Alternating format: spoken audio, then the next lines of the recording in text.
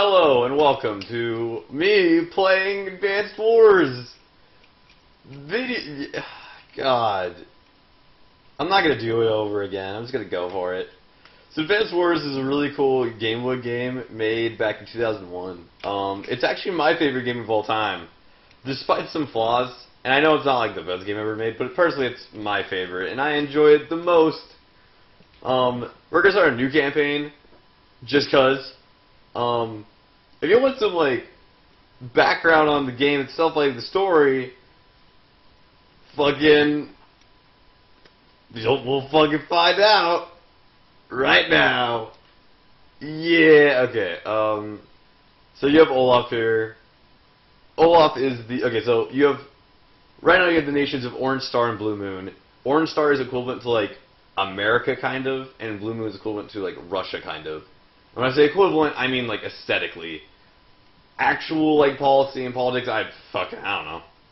So, yeah, you have Olaf, he's like, fucking Orange Star forces. What?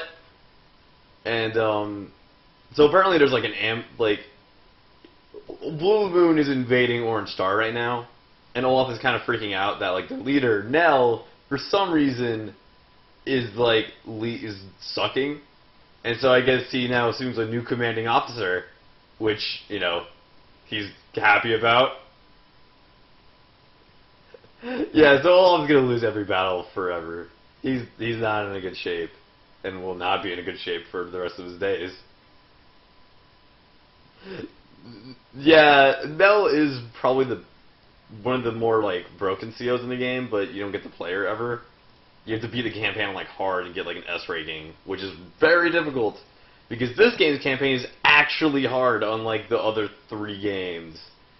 Black Hole Rising is kind of hard in some places, and I think Days of Ruin is hard in some places, but Dual Strike is not a hard game.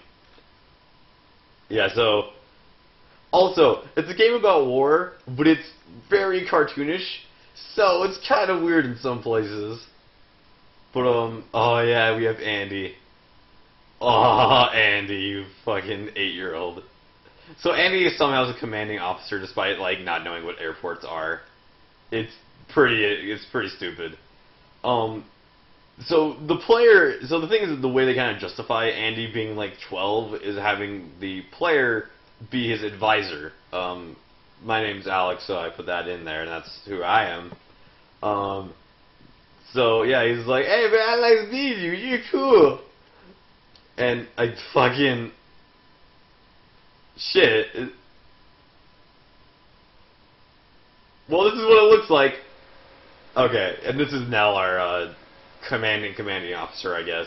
She'll be our advisor and tell us what to do for the rest of our lives. And... Fucking Andy doesn't know what a transit... Okay.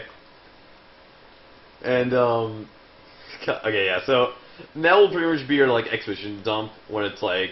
Oh man, like, fucking look at this, like, weird-ass building, it's an airport, and he's like, what's an airport? Now will tell us. Andy, it's a fucking, people are gonna die, you can't just take this so seriously, dude. It's fucking, yeah, so, this is kind of the weird thing, like, if you actually take it in context and realize that, like, it's all about war, it's kind of weird. Oh, and so, I guess, the thing is, the game, when you start it up, does an entire tutorial thing, if it's the first time you played, and you have to play through, like, 18 different levels of tutorials. It's actually pretty nice, because once you do that, you never have to do tutorial ever again. And if you do a campaign over and over again, the tutorial, like, it assumes that you know how to fucking play, and it just introduces stuff like CO powers and, like, some other, like, buildings. So right now we're going to talk about CO powers. And, with CO powers, you build up the meter. The meter is built up when either your units take damage or you deal damage. And when it fills up, then you can do the power, and each CO, or each commanding officer has a different power. Andy's is he repairs all his units by 2 health, and each unit has 10 health, so a 5th health increase is pretty decent. And I think every CO power, like, inherently buffs their attack or defense by a little bit.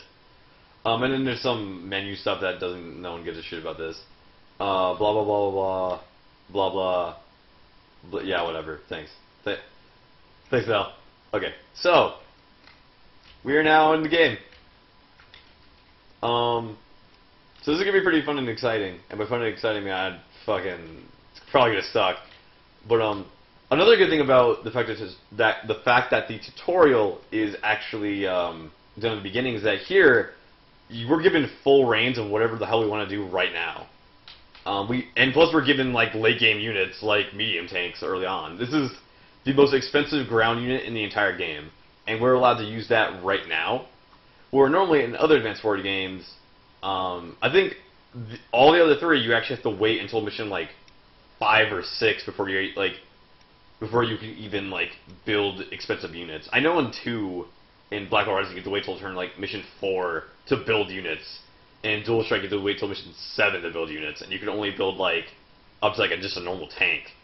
So, yeah, this is another thing I really like about this game because because of the tutorial at the very beginning before anything else, it doesn't think that you suck. It knows you know how to move units and use units and shoot shit, and so that's pretty nice and useful and helpful. Yeah. So I'm gonna cut real quick. It's gonna be super obvious and whatnot. And we're gonna go a little bit more into the game.